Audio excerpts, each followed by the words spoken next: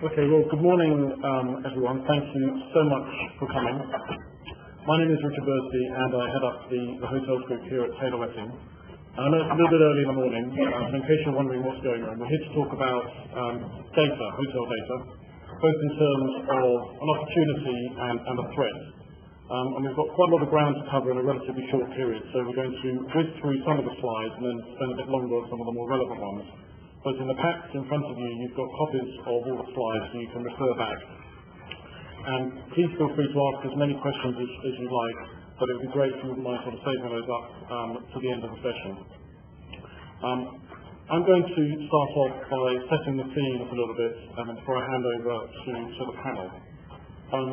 In terms of market overview, I think we can all agree that the pace of technological change increases at an ever faster rate. Many of you may be familiar with Moore's law, which effectively states that the processing speed of computers doubles roughly once every 2 years, and that's been happening since the 1970s. So if you track that through, you can see that technology is going to increase at an exponential rate. Also, you've got globalization, hotel brands, and hotel IT systems are becoming more complicated and sophisticated as they try to drive more revenue through their booking systems and to target their customer base more effectively. The good old media is never slow, of course, in reporting data misdemeanors, and data protection is certainly becoming an increasingly hot topic. Against this backdrop, we've got the hotel industry, which is particularly complicated because you've got so many different participants in the industry in terms of where the data is captured and who people interact with. So guests may interact directly with the hotel owner, who may be an owner-operator, or with the brand who's operating. You've got loyalty schemes, you've got the booking sites, GDSs, Expedias as well. So there are a number of different stakeholders involved in the industry, and the arrows sort of demonstrate the sort of data flows. And the fact there are so many of those arrows indicates that although someone may enter at one point in the system, of course their data is then captured and utilised elsewhere during any stay or visits to a hotel. And then lastly, in sort of terms of scene setting, data is very much a regulated area. This law primarily stems from the Data Protection Directive of 1995, which has been implemented at a local level in each of the 27 member states. In the UK, this was implemented through the UK Data Protection Act of 1998 with its 8 core principles that you see there. And regulation being what it is, of course, it didn't stop there. So since then, there have been a number of laws, more recently on e-privacy and on anti-snooping. And we're going to highlight some of the key elements of these principles in the slides that follow. So in terms of, against the sort of backdrop of heightened public interest, particularly complexity of the hotel industry and the regulated environment, Sally Amaro is going to talk about compliant routes to markets, so looking at data as an opportunity in terms of how we can utilise it effectively, the advantages of doing that and how to do it, and also look at security and avoiding data incidents, which is the reverse of when things don't quite go to plan. And then Vin, the partner who heads up the data group at Taylor Wessing, is going to look at managing globalized flows, and again how you can set the processes up correctly. You can view data as an opportunity. And then lastly, we're very fortunate to have Alistair Barker with us. Alistair is the Senior Quality Advisor at the Information Commissioner's Office, and so he will give us a view from the ICO on this whole area, and then we'll have a finish off with a Q&A, which we'd like to be as sort of interactive as possible, so don't feel shy. So I'll now hand over to Sally, who's going to talk about compliant routes to market. Right.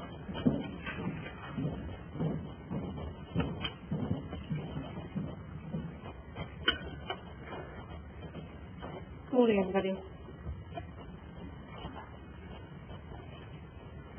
As Richard was explaining, rapid advances in technology and more collection of information has made data protection an increasingly important issue for organisations that have personal data at the very heart of their business. On the one hand, you've got the legal requirement to comply, to put proper policies and procedures in place and training to manage that legal risk. And it's not just about avoiding legal consequences. There's also important commercial benefits from adopting effective measures to enable compliance. For example, these can enable more consistency in decision-making and operating procedures. It can foster improved resilience within the organisation, the ability to bounce back from an incident, for example. They can also enable the business to grow its consumers' confidence, so that in addition to the customers or prospective customers recognising that a business values their custom, they also appreciate that it will safeguard their data. And where there is transparency and confidence in good practices, then individuals will have more trust when it comes to entering into relationships with a hotel, for example, and more tolerance about sharing their information with those businesses when information is being requested. Now, this is a finding that's supported by the Future Foundation, who ran a survey earlier this year, and which was published by the Direct Marketing Association.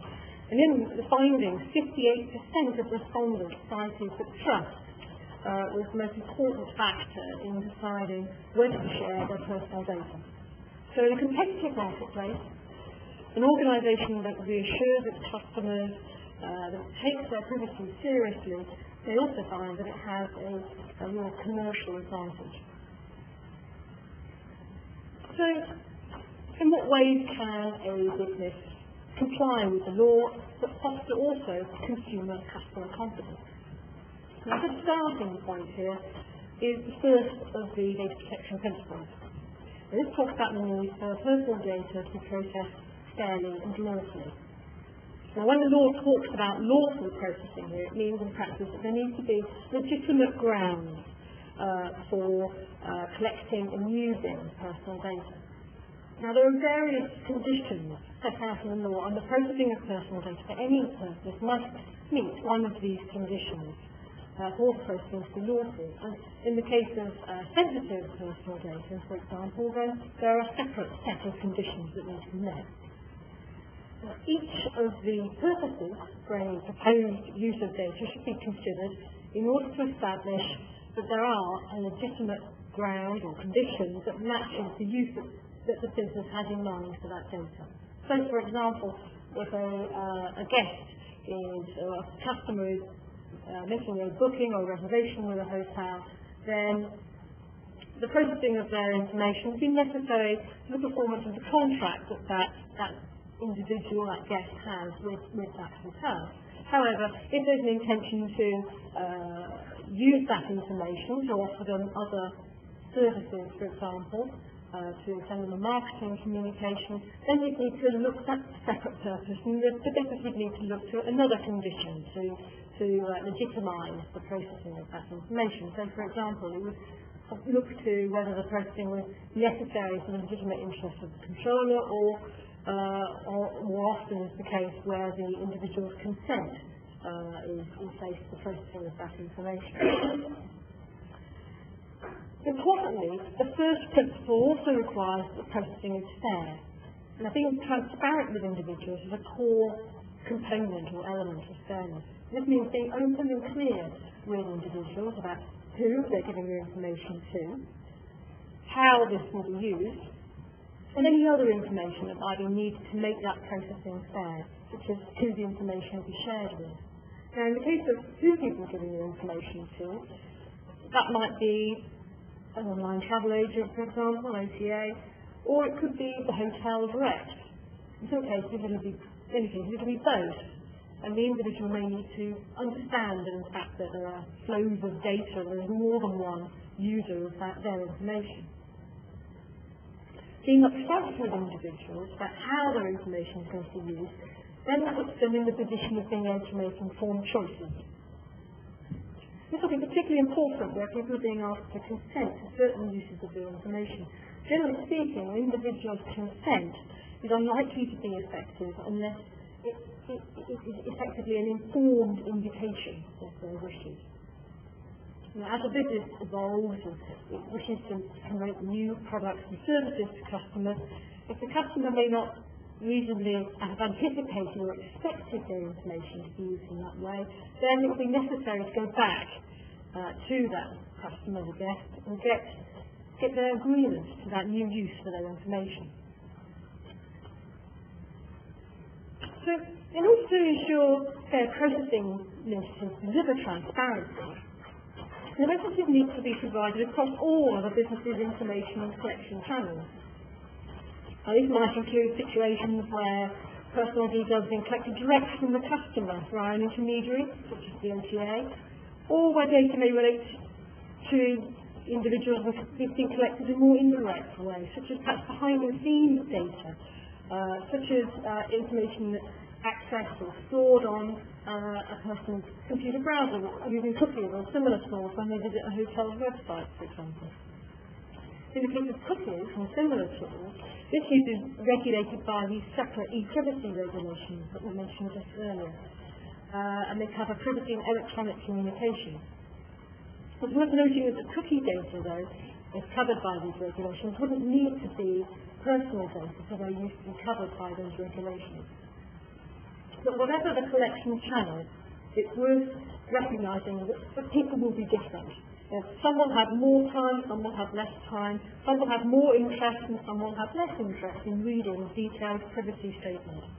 So for this reason, it's generally expected that a basic notice of the core uses, the key information uses and choices that are relevant to the individuals will be provided at the point they give their information. And then, along with a link to more detailed information, that people can learn more about how their information may be used if they want to read it. Now, this additional information or policy may be structured or layered by topics so that the individual who's perhaps only interested in finding out who their information may be shared with can go straight to the relevant part of that policy and find out more about that use of their information. But whether it's an offline application form or it's an online registration form that the individual's completing, these notices need to be clear, need to be easy to understand, and provided in a prominent place that the individual's not going to inadvertently overlook or miss. So using very small font sizes, for example, or hiding notices within terms and conditions are unlikely to result in that fair processing that's needed to comply with those principles, and indeed may mislead individuals or be misinterpreted by potential customers as a business perhaps having something to hide. I mentioned that there are these separate data protection regulations that cover privacy and electronic communications. You've also set out rules that cover the use of channels such as email, SMS, telephone and fax to send marketing communications to people. And that might be either in their own right as an individual or when they're at their corporate place of work. Now the basic rule is that you can't send unsolicited marketing emails to individuals without first getting their consent. Now marketing here would be any form of promotional approach that would be sent to a person. The individual here could be a consumer, it could also be a sole trader or either a partner in a law firm, for example. So for this rule to apply, the email would need to go to an individual. So if marketing emails are only going to employees of a corporate, for example, at the corporate employer's email address, then this requirement for consent would not apply. But in most cases it will apply, and there is an exception to this default requirement for consent, which is where the individual's details are obtained in the course of them purchasing or in the course of sales. Or the negotiations for a sale of a product or service, which may well be relevant in the context of a person booking, for example, a room at a hotel. But their details are then only used to market that same business's own similar products and services to that customer. and that the individual was given the opportunity to opt out at the point their information was collected, but also with every subsequent email communication that's sent to them, such as, for example, by offering unsubscribe on the bottom of the email that they received. Now, whether the data relates to an individual or to a corporate recipient, the sender must disguise their identity, and there needs to be a way back to the business. There needs to be a return path that the individual can use to contact the business. So we're bearing in mind that these rules apply both to SMS or to image message marketing, as well as just traditional email marketing. In the case of telephone, calls shouldn't be made to individuals or corporate recipients who either previously notified the business that they don't want to receive unsolicited calls, or they've registered with one of the UK statutory suppression registers, such as the Telephone Preference Service or the Corporate Telephone Preference Service for the business. Now, if somebody chooses to give their telephone number to a business, however, on the understanding that they may get calls from that business, those products and services, then that agreement to be contacted by that specific business wouldn't be overridden by them subsequently choosing to register on a suppression preference register, for example. That agreement to that specific business would hold up until the point they then subsequently told the business that they had changed their mind and they now objected. Telemarketing operators who may be working for the business would need to explain who they are, and that they are calling on behalf of someone else rather than themselves, and if the recipient of the call requests this, they must be given an address or a free phone number by which the company on whose behalf the telemarketing agent is acting can be reached. Efforts to be fair and transparent with people will come to nothing, however, if they're not backed up with measures to make sure that the data that's collected is proportionate and managed with care. The data collected should, for example, be limited to what's actually needed. So collecting information that may not be entirely relevant or expected by the individual, the customer, shouldn't be presented as being necessary in order to continue booking, for example. There should be a clear distinction between what's, for example, mandatory information and what's nice-to-have information. Individuals should understand how they can check and verify their information. And businesses should guide their employees on the importance of ensuring data accuracy when both creating records, keeping the quality of the data under review, and also in deciding in what circumstances records need to be updated. This will include taking into account whether the record reflects a moment in time and therefore shouldn't be changed, or whether in fact it needs to be kept under review and updated. For example, that's an employee's current salary, for example, or a guest's contact information. That kind of information you would expect to be kept under review and updated regularly. Problems can often arise when data or records are kept beyond the point when they're no longer needed. And it's important to establish when personal data records will no longer be required for a purpose and have a clear process in place that covers what happens to that data at the end of its life, including the process of thoroughly disposing of those records and any equipment on which data may continue to exist as a shadow form. By also communicating with individuals about how long their records will be held, then businesses can basically assure people about the fact that it has proper records management processes in place, but also in some respects can also manage the expectations of the individuals themselves about the legitimate reasons why the business will need to hold certain information for a particular period of time. Finally, individuals have a number of rights under the Act in respect to their data, and they have the right to access, to challenge, or object to certain processing of their information. So being open with individuals about how they can exercise those rights and providing easy ways for people to do this is another important way of fostering confidence and trust with individuals. So this should be backed up with a culture of awareness within the organisation, so that employees understand how to promptly recognise a request or an individual exercising their rights when these come through. So, for example, knowing that if a subject access request has been made, or knowing who to pass that request onto within the organisation to handle it, so that the business can respond within the 40 calendar days it has to get a response to the individual under the Act. Prompt action to log, to act upon and report up details of complaints. It may seem an obvious point to make, but many complaints end up at the Information Commissioner's office simply because the complainant didn't get an answer from the organisation that they'd approached. So prompt attention to complaints and concerns can prevent a matter escalating by making sure that information on complaints and a process of review and continual improvement within the organisation will not only just help to preserve those customer relationships, but avoid a lot of time, trouble and expense in having to respond and deal with the Information Commissioner's office. So this really touches on perhaps some few basic compliance steps, but each together will work to build a stronger, more trust-based relationship with customers. So what I'm going to do now, after my sort of my good cop presentation, I guess, is to now turn to my bad cop role and talk about the risks posed by data security.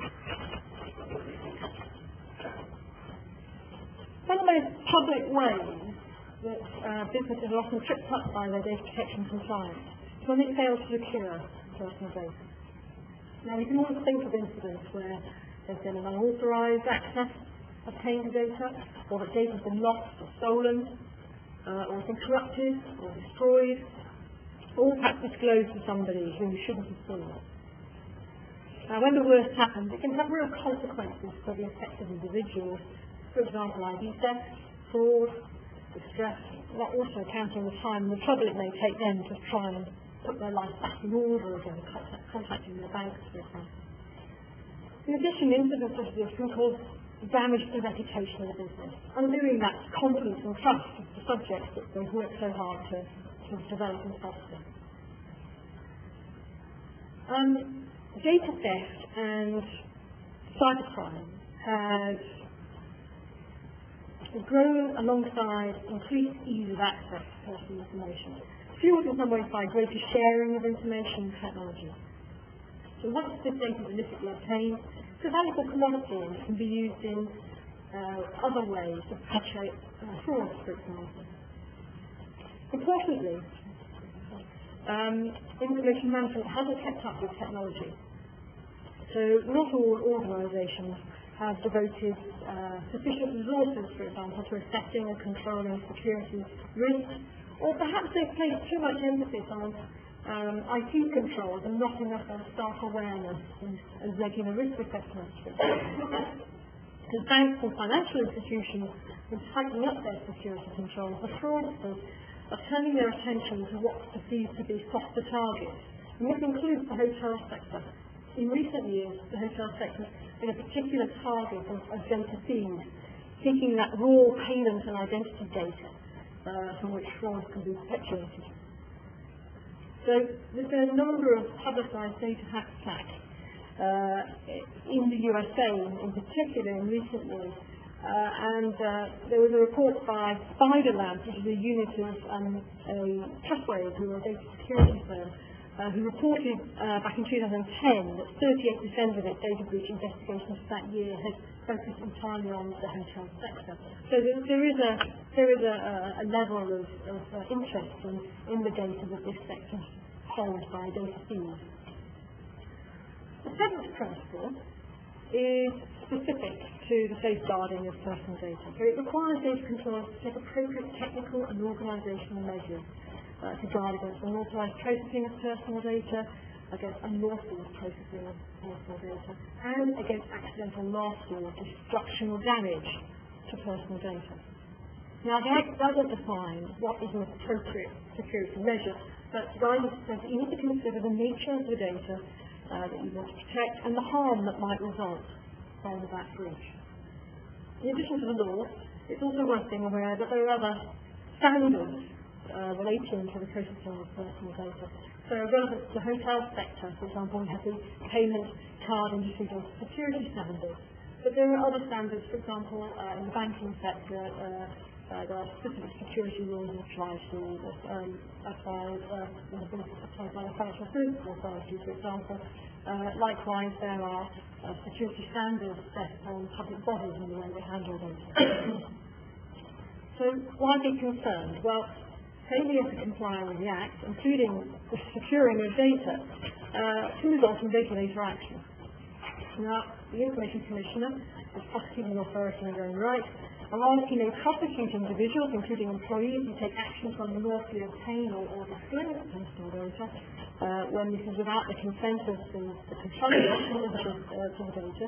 The controller may still be on the hook under this set of security principles if it can be seen that they fail to take sufficient steps to prevent this from happening. A formal action for a serious breach of those protection principles, including this security principle, could include enforcement action or monetary penalties up to a maximum of £500,000. Now, interestingly, all except one of the monetary penalties that have been issued, the Information Commissioner got his power to apply fines back in 2010, and nearly 26, nearly 30, not just short of 30 penalties that have been applied to date. Nearly all but one have been for breaches of security. So that's failure by the controller to secure the processing of personal data. Both, when we look at the measures I mentioned before, the technical and the organisational measures, they both need to be considered in terms of how we safeguard data. So if we consider, for example, technical measures, these might include preventing employees from accessing personal data without proper authority, or so having tiered access levels to systems, or passwords, and also blocking external threats to a company's network through the use of firewalls, for example. Whereas organisational measures, for example, would include things like documenting and communicating responsibilities for data through training, monitoring processes, ensuring the reliability of employees handling the data. In addition, governance measures and structures will include, for example, those listed at the bottom on the right-hand side there, which will work together to help the business anticipate, identify, report up and respond to data security issues and concerns. It's worth bearing in mind that responsibilities don't apply merely to the data that's in the possession of the business, the controller, but they will also extend to anyone who processes data on that business's behalf. So, for example, if a hotel is using a payroll bureau or a mailing, perhaps it has its website hosted by a third party, or it uses a mailing bureau to handle its guest data, for example, for communications purposes. In these cases, that third party would be a data processor, in which case the data controller for the data, for example, should choose a processor on the basis of it having provided adequate guarantees as to the security measures it has in place to keep that data secure. The data controller must put a contract in place with the data processor under which it will process the data only according to the instructions of its client, the data controller, and that it will apply security measures to that data that are equivalent to what the data controller must apply under the data protection law. And then the controller has to continually monitor the ongoing compliance by its processor with those measures. This is just a non-exhaustive checklist of some of the considerations that might be relevant in choosing a processor. I'm not going to run through those this morning, but you can look at it later on.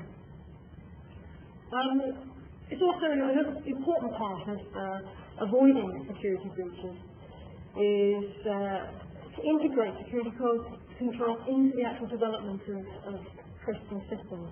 Indeed, the European directive on which the UK law is based refers to the need for security measures to be built both at the time of the design of the system as well as at the time of the processing of the data itself. So developers need to be aware of the importance of building measures into systems and their client, the organisation on whose behalf that system is being developed, should be providing clear procurement documentation that sets out what the system requirements should be. It's also worth bearing in mind the security vulnerabilities that might be revealed by that actual development process, so making sure that contractors enter into contractual obligations about the security of the processing of the data, and that there are controls around their access to and use of data of individuals in the course of developing that actual system. Finally, just be aware of the need to anticipate that worst-case scenario, because despite the best efforts of an organisation, a breach may still happen. So having in place data incident response plans so that the key stakeholders in the business know what their role is, what their duties are in the event of a data security incident, and that they can act promptly together to contain, investigate, and consider whether the circumstances of the breach need to be notified to the affected individual and also the Information Commissioner. And,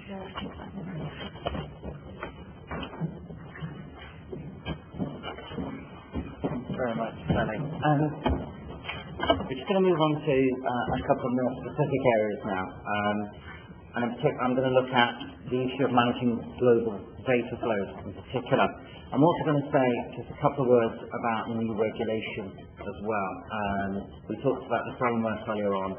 It is all set to change going forward as well. I'm going to touch on that, and I know Alistair was going to say a few words on that a little bit later. So just focusing on cross-border data transfer for a moment. Richard mentioned that under data protection legislation, there is the framework. We have the 8 data protection principles, and these flow from the EU directives that we have at the moment.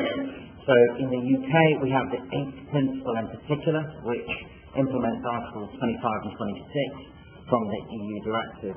And this is the fundamental source point of data transfer law under the data protection regime. It is the 8th principle, Articles 25 and 26, that provide the principle that with the data protection directive, with the 27 data protection laws that we have across Europe, we have this zone of data protection.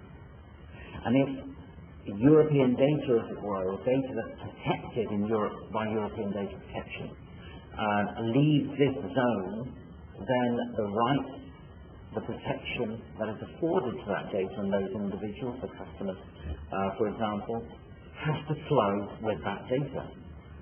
So wherever that data is exported to outside of Europe, you have to be able to demonstrate that there is going to be an adequate protection and framework wherever that data is going to be received outside of Europe. And there are a variety of trigger points as to when a data transfer may actually arrive. And some of these are quite obvious, and some of these are perhaps not so obvious. You may, for example, have a server or a data center in a particular location. You might find that actually your global operations have a very specific data center that's based in a jurisdiction outside of Europe.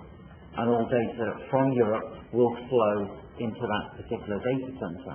It's not unusual to see a data center that is perhaps housed within your head office structure and whichever country your head office is located in. And often we see data farms and data server farms, for example, in the United States, as a result of that. The movement of the data from Europe to that server farm will amount to a data transfer.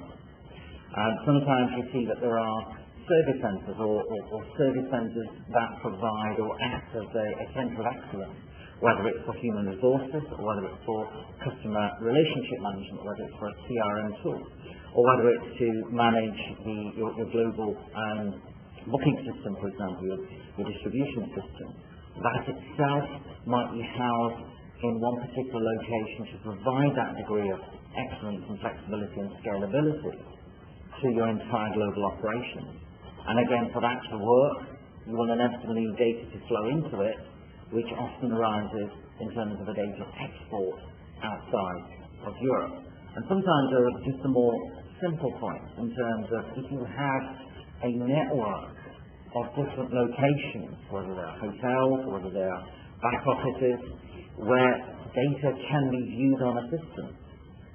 then the mere access to that system usually amounts to a download of the data. So if you're viewing, for example, in Asia, data that is emanating from Europe, you're viewing it on a system while you're sat in Asia, then that will amount to a data transfer as well. So often you trigger that data transfer when you're looking at it in a different jurisdiction as well. But what does that mean if you've actually transferred the data protection? It means you need to adopt one of the European approved export solutions. And there are a variety of different solutions that you can use, all provided for either within the directive or supplemental rules that we've seen adopted and guidance put forward either from the Information Commissioner or from various European data protection bodies.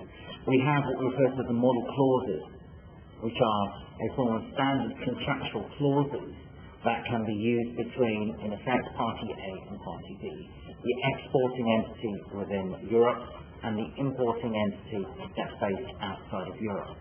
And in effect, those two parties are signing these standard contractual clauses to say we will export the data on the basis that we're permitted to do so under the local applicable data protection law, and the importing entity that's based outside of Europe is saying that's great, we will receive that data and we will adhere to the obligations of, in effect, European data protection law, the rights, the protections, as we then receive and process and handle that data outside of Europe. We then have other solutions that build on top of that. We're seeing increasingly the use of intra-group agreements, where we're moving away from just a bilateral structure, because inevitably, given the complexity and dynamicism of data flows these days, data doesn't just flow from A to B. It flows all over the place. It usually flows from anywhere within an organisation to anywhere within the organisation. So you need a dynamic solution that actually matches the dynamic data flow. And there are a couple of ways you can actually address that flow as well. Intra-group agreement is one way in which you can do that, where you would incorporate the standard contractual solution but provide for a better contractual wraparound to incorporate a more dynamic party structure. There are binding corporate rules, which is a European solution, which is in effect a way in which you would demonstrate how you comply with data protection requirements, how you would comply with the export, or how you would ensure compliant export, and the demonstration of that is all wrapped up into an application form, which then has to be presented in advance to your lead EU data protection regulator. That would then socialise that across the other points of export in Europe and would give you a stamp of approval if it ticks all the boxes. That's a very oversimplified way of looking at it. That process can take many months, if not years, to put into place and achieve as well. Then we have country-specific solutions like US Safe Harbour. And US Safe Harbour is for a very particular export. It's for exports from Europe to the United States. So if you're a recipient from the United States, whether you're a third party, whether you're a parent, for example, of the particular group, then you could have the US recipient signing up by way of self-declaration to adhere to the Safe Harbour principles. And that provides for safe harbour for that particular data flow. But it is point-to-point specific, that is EU to US in particular. The question, I guess, is if you do all this, if you adopt one of the European solutions, does that get you over the line, in particularly bearing in mind the point that today it's very rare to see points of export between quite simply A and B. You end up with a much more dynamic data flow structure. The slide that you see there in front of you is the slide that we've taken from one of our new risk maps that you will find on Wessing Global Data Hub, which we launched yesterday. So there is a series of maps by which you can have an at-a-glance view of where there are different data protection considerations on a global basis. And the reason I produced this here, not only to give you a shameless plug for our new website, but also to show that 5 or 6 years ago, if we were to provide you with some sort of visualization of where data protection laws exist around the world. Much of that would have been centered around Europe. But what you see there from the different flashes of colour is it's now much more spread across the globe. And it's increasing by the day. So we've seen a new law approved in Singapore, which comes into effect from the 1st of January.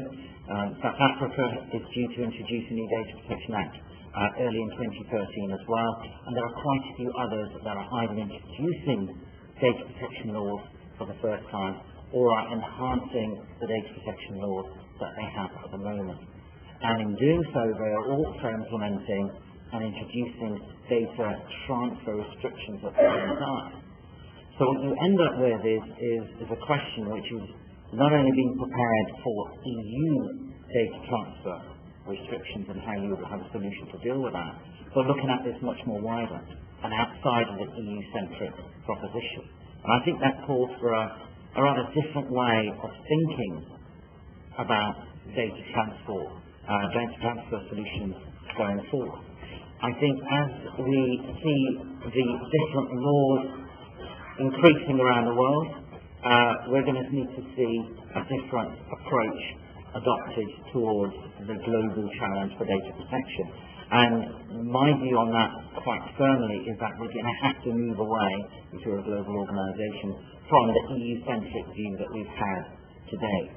And that's because not only we're seeing wholesale data protection laws coming through, but we're also seeing more sectoral laws coming through. So, for example, the US does not have an overarching data protection law, but it has plenty of sectoral data protection laws, for example, in the areas of healthcare, in areas of protecting data from children, and also in the areas of finance, and more importantly, data breach incidents, which will cover that irrespective of the sector. So the point I really want to make from there is going forward, I think we're going to have to look to a very different common denominator, which may not necessarily be based on the European standard. The European standard and the solutions that I've mentioned take you so far as dealing with the requirements from outside of Europe are concerned. We're looking at this now for several clients at the moment, and what we're seeing is, for example, jurisdictions like Argentina, which also has a data protection law and also has an export requirement, it is prepared to accept the vast majority of the solution that's provided by the European standards contractual clauses, but you will need to make some modifications to comply with the Argentinian data transfer provisions. Other countries are not quite so clear as to what you need to do to get over the line, and again, that is something we're exploring with clients at the moment as well. So, I also said I would touch on the new EU framework. Richard mentioned right at the beginning and showed you the 8 data protection principles and framework that we have in Europe at the moment. That is all set to change. Early this year we saw proposals that were published to introduce a new data protection regulation.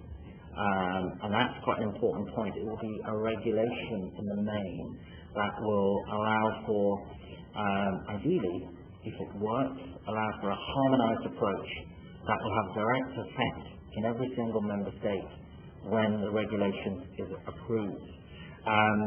We're expecting this to be largely finalised in 2013, and probably coming to force sometime in 2014, but there's still some way to go in terms of the discussions that are going on. We're expecting this to come with a 2-year implementation period. So if you're looking at when this might hit you, we're looking at perhaps 2014 to 2016 to actually get yourself compliant with whatever the new regime will ultimately be finalised as. What does this present? It presents both an evolution and a revolution. We're going to see some of the terms that we've already looked at today, some of the definitions, personal data, processing, data transfers, they are being carried forward into the new proposals as well. But what we're seeing is they're being upgraded by and large. So we're seeing definitions of personal data becoming arguably much wider than they are right now, for capturing more as far as the definition of personal data is concerned. Consent becoming arguably tougher going forward. And we're also seeing some new areas as well. We're seeing some new concepts introduced as well. So we're likely to see much more emphasis in the new regulation around the extraterritorial reach of EU data protection laws. So, for example, if you're not established in Europe, but if you're targeting individuals in Europe, particularly over a website, you will find that new regulation will be aimed at applying to you as well. We're also looking at concepts of, for example, home authority, where you'll be able to, and this is I think is a good concept in the new regulation, where you can say, instead of dealing with 27 different regimes or regulators, that we're going to focus on one home authority principle. Question whether that brings into play the concepts of forum shopping, which we've never seen in data protection terms before, and we might see as a consideration under the new regulation. We're going to see some new rights being introduced as well. The right to be forgotten is something that is causing many large data holders and data-rich organizations to be quite concerned. So this is a concept whereby an individual, a customer, for example, can turn around to the data controller, to the hotel or whoever collects the data and acting as the guardian, to say, I no longer want you to hold my data, I want you to erase all data that you have about me. So it's the whole concept of completely erasing the digital footprint in relation to an individual. That's not something that's going to happen without a fundamental shift towards being more customer and data subject-centric in your systems and being able to wipe that data going forward. There are certain exemptions that may apply. Data portability, the concept of an individual saying to an organization, in the same way that I can port my mobile phone number, I want to be able to take my data set and port it from you to this other organization over there. Again, a concept that will not happen unless there are fundamental systems changes to make that happen. The other point, and I can see the colour drawn from their faces as that slide came up, I'm not going to go through this in any detail, but just to highlight, the other fundamental point that we're going to see under the new regulation is the frontline obligation to provide for data protection compliance. The framework slide that we showed earlier on does not reference the word compliance in any way at all. What we're going to see under the new regulation as proposed is much more emphasis on how you achieve compliance. Much more emphasis on, if you're a certain size of organisation, having a data protection officer. And there's a song and dance about how that role needs to be fulfilled and for how long, and the rights that come with it. And also what the responsibilities of the data protection officer will be. There's going to be much more requirements around introducing tools of compliance, such as privacy impact assessments for data protection, impact assessments. And again, that's not going to be pure paper filling exercises. Under the regulation, we'll see much more liaison in terms of how that might require consultation with the regulator before you can actually proceed with a fundamental change in data processing activity. Sally mentioned a moment ago dealing with data breach exercises. Under the new proposals, we are seeing a requirement to potentially report a data breach incident within 24 hours of becoming aware of it. So, question, how as an organisation will you be prepared to deal with such a tight time frame and being able to report that to the regulators and possibly to data subjects within that time frame? The only way, in my view, you can actually achieve that is being prepared in advance to achieve it. So if you feel that those of you will become aware of an incident, be able to reach into that bottom drawer and say, right, here is our data breach battle box, here are our templates, here are the people who are going to be involved in terms of liaising and looking at the incident and seeing how we actually work through that particular process. The other aspect of the new regulation is the consequences, in effect, of getting it wrong. We're still seeing rights of civil action that are going to be introduced against a variety of individuals, either the supervisory authority in some cases, or the data controller, and for the first time, against the data processor as well. And that right may be enforced by a right to compensation going forward. But the real big difference is the fining regime that is proposed under the new regulation. As Sally mentioned, the Information Commissioner's Office in the UK recently achieved the fining power of up to £500,000. Under the new regulation, we're going to be looking at a tier-based fining system, and you can see on the slide what falls into those tiers, more or less. But also you can see that we're looking at a percentage of global annual turnover-based fining system. And when these proposals first came out, one of my clients picked up the phone to me, and it was the compliance director for a global bank, and I appreciate that perhaps a beast in its own right, and that it's an entity of a certain size. And he said to me, someone in his team has just told him that the new proposals have come out, and also said that under the third tier fining system, that they could be fined £62 million based on their turnover. That's not right, is it, David? Actually, that's not right at all. They actually got the decimal points wrong. Apparently it's 620 million based on their turnover from the previous year. Now, whether or not we genuinely see fines at that level is a different thing. But this is what the proposals actually include: fines based on percentage global annual turnover. So, on that note, I'm going to hand over to Alistair Barter. We're delighted that Alistair can be with us here to give us a few views from the ICO and then join us on a panel Q&A session.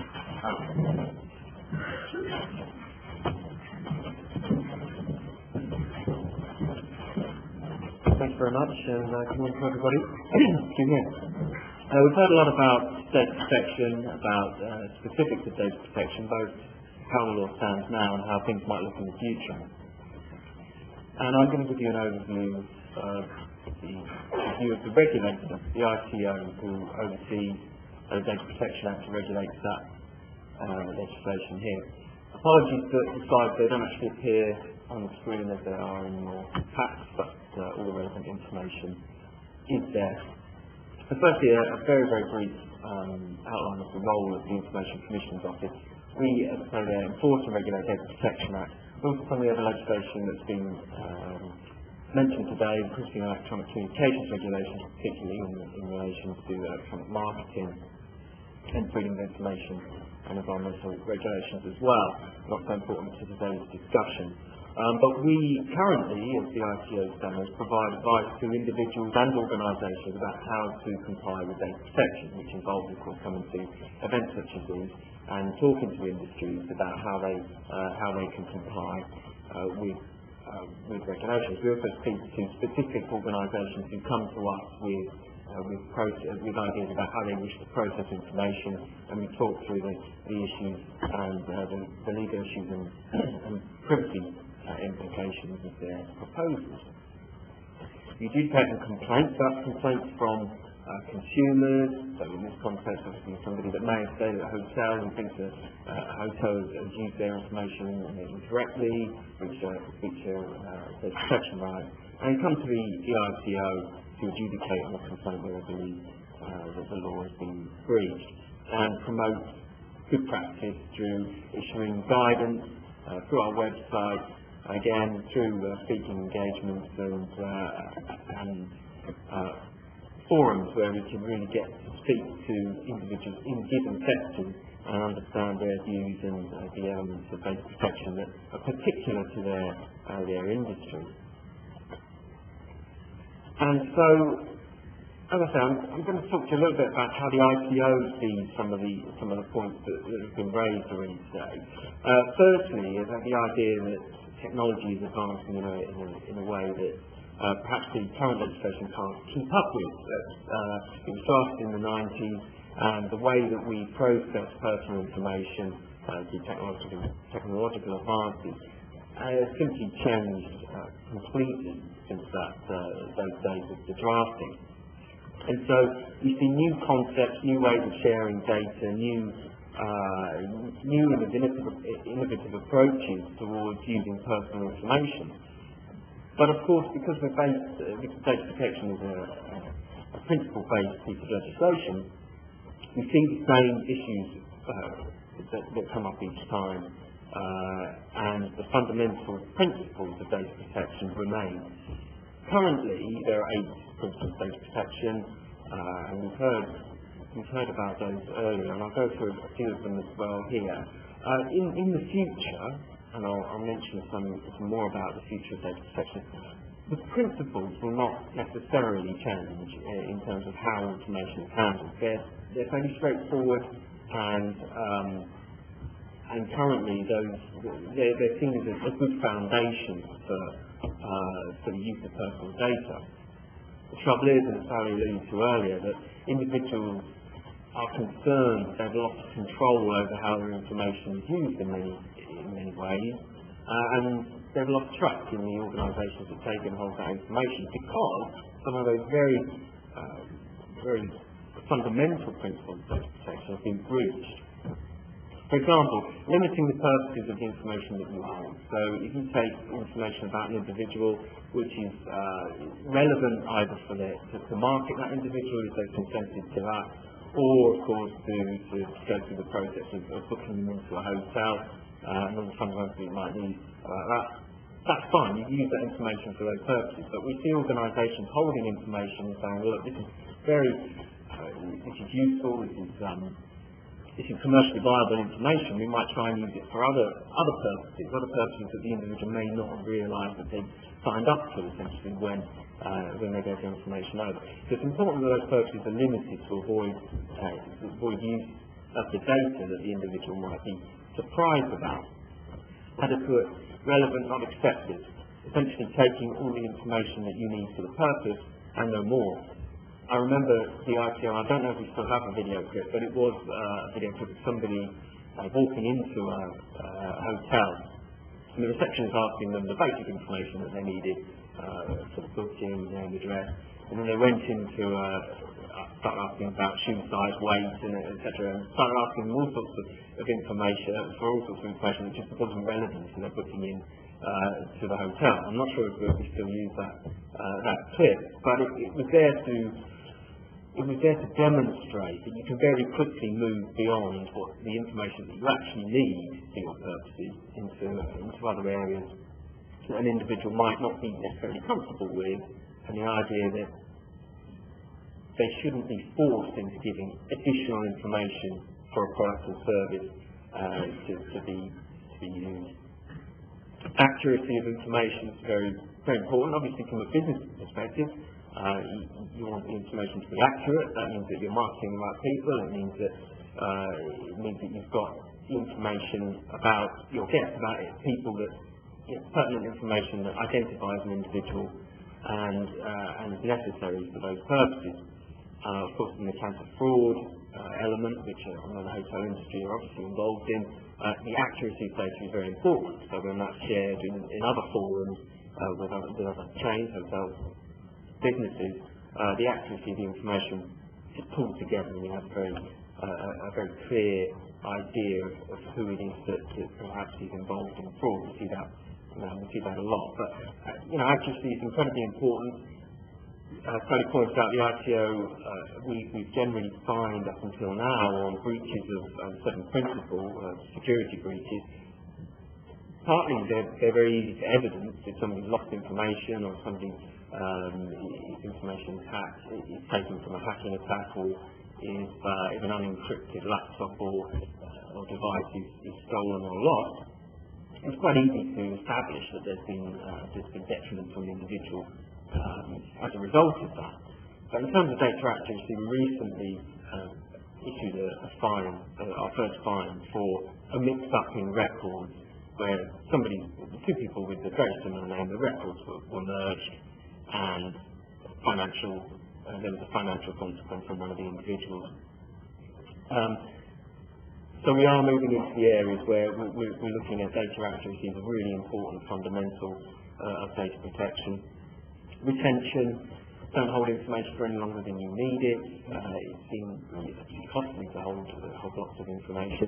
We see organisations that actually hoard data with the just in case principle in mind. So we might need it one day, which is unfortunate when organisations end up losing that information. So they're subject to a data breach for information they didn't need in the first place, which was costing them money to hold. So we see examples of that.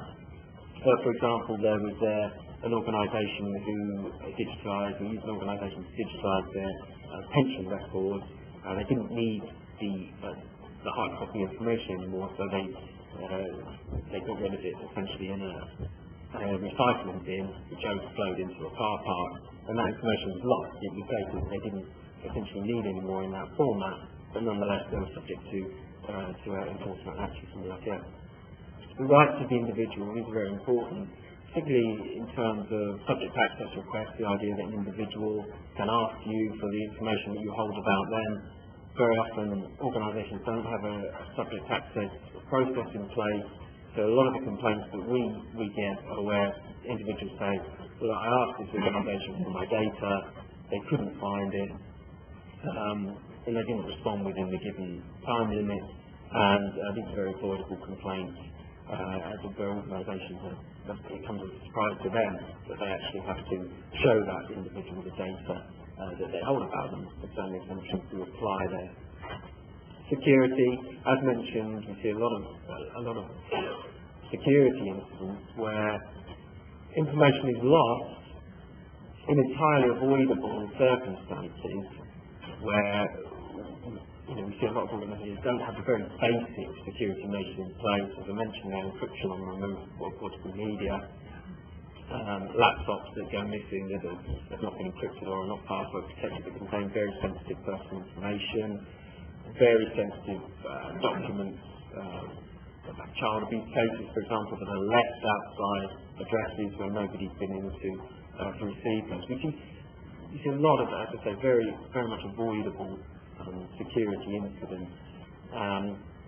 It's really not always the idea that there are very, very sophisticated hacking attacks that are going on. Some of the areas that we see, some of the fines that we've had to issue are based on very basic security issues. You can see a write-up of all of the fines that we've issued for these incidents on our website. And sharing personal data, again, this is another area that the ITO we're asked a lot about, particularly with the advances in technology and the idea of cloud services. Lots of organisations looking to use cloud services. Where is that information actually being stored? Can we use cloud services? It's obviously going to be a benefit to our business in terms of financial savings. But can we be certain that the organisation we're using is storing the information adequately, and they put in the necessary security in place? It boils down to a data control as a process, a relationship. So just as you would take great care about hiring an organisation to process your information, sensitive information, the same applies to cloud services. You need to ensure that you're aware that they can offer the same sort of protection to the data that you hold that you can. Again, there's guidance, recently released guidance on the ISO website on cloud computing. It's an area that we've been asked a lot about recently. And the data controller process relationship, I've mentioned it there at the end, that is also an area that we continually get a lot of queries about. How does that relationship actually work in the modern business sense, in the modern business environment? A lot of organisations will take data and they'll use other organisations to process that information. The process is a lot more complex perhaps than it was envisaged it would be when the current data protection act was drafted, where I think it was perceived that an organisation could operate on the instructions of the data controller quite simply. So you give information to an organisation to delete it or to manually input it onto a computer system. The reality is that the relationship and all of the organisations that actually have a decision to make about data that you hold is very, very complex at the moment.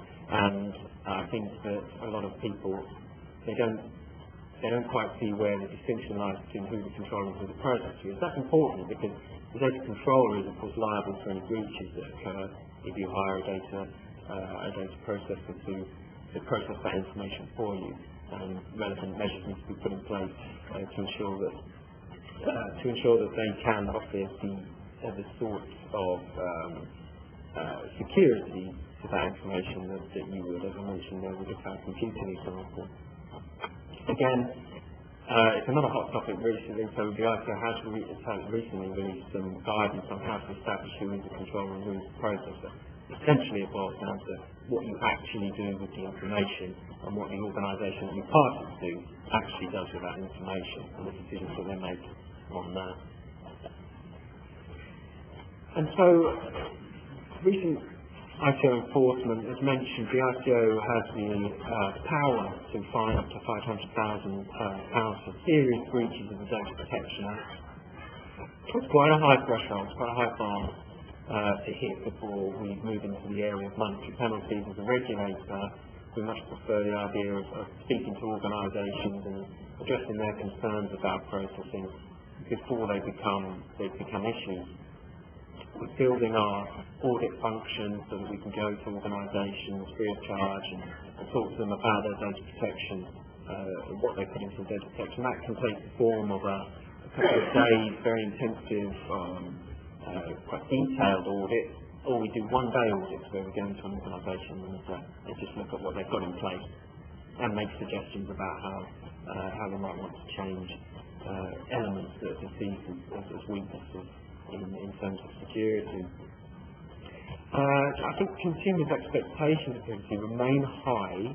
I've put that there because a lot of organisations take the view that because data is shared so much more nowadays, it's easier to share, it's easier to access it. A lot of organisations say, well, yeah, okay, surely that means that keep the threshold for what we do with our information different than, social networking. People put a lot of information on there. Surely that means that we can use their data in different ways. In some cases that might be true, but our findings are that actually people are really still very much concerned about the information that organisations hold about them.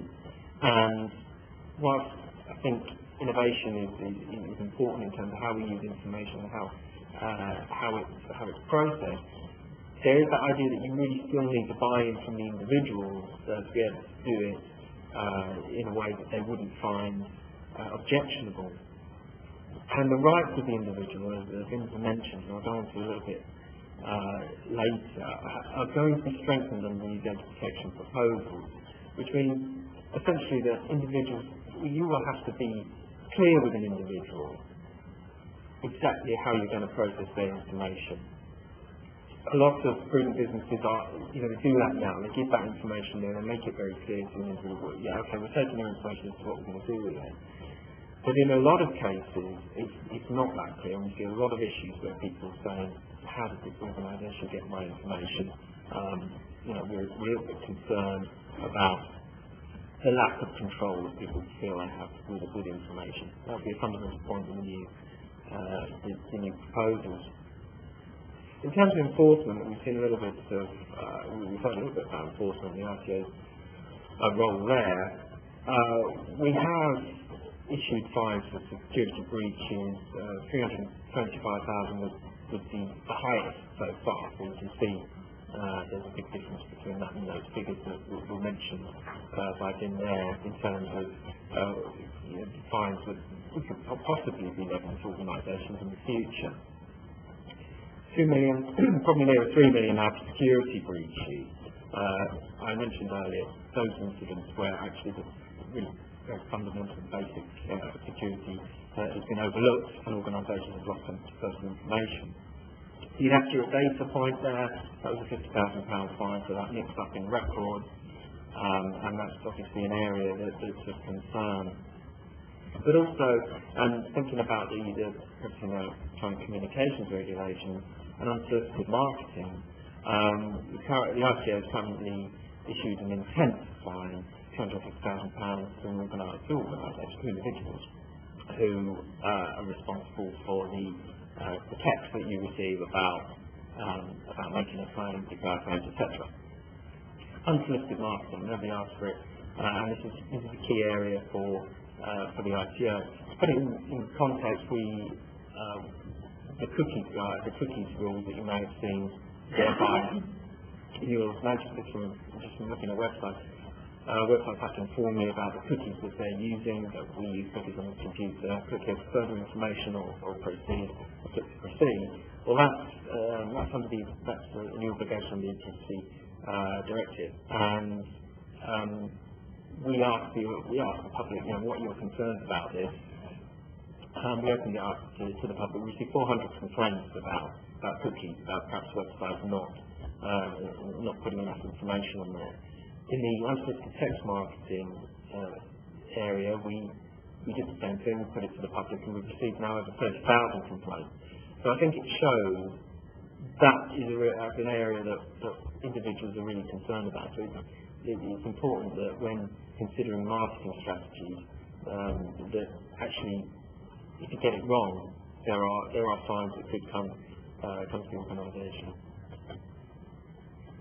Proposed regulations, and I won't dwell on this too long because I know that we're going to open this up for questions, and we've heard a little bit about it. But what is new? What is coming? Well, a point that was mentioned earlier was breach notification. I haven't put it on here, but I will mention it. An organisation, any organisation, will have to inform the Data Protection Authority when there's been a security breach. They will also have to inform the individuals involved, and the time limit on that is actually 24 hours as proposed.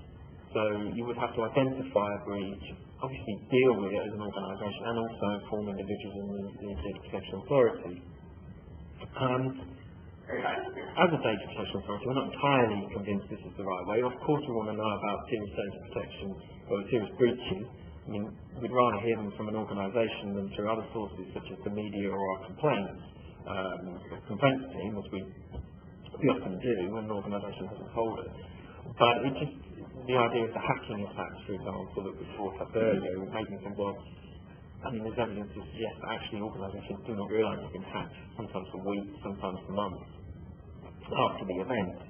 So, the idea of saying that within 24 hours you've got to inform the Data Protection Authority, that's quite a strict timeline. And those tiers of fining capability that have been put up there, not informing the IPO just comes in the top tier. So that's what the 2% global turnover tier is not informing. So it's going to be taken quite seriously if that's published as drafted. The consent, as I mentioned earlier, of the individual is going to be strengthened. That's the key point that you really want to put forward, is that individuals really have to give you a clear indication of what they want you to do with their information, what they're comfortable with doing with their information.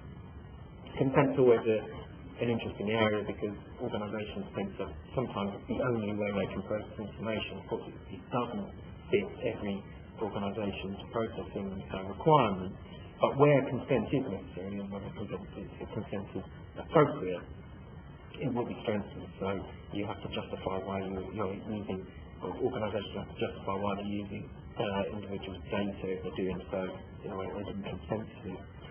Rights to object to data portability and to be forgotten. Again, the right to be forgotten has been rather a headline of the proposal, causing stirs, particularly in the financial world, where, for example, credit reference agencies are concerned that it might lead to selective editing of credit reports, which are important for other legal obligations, of course, on them.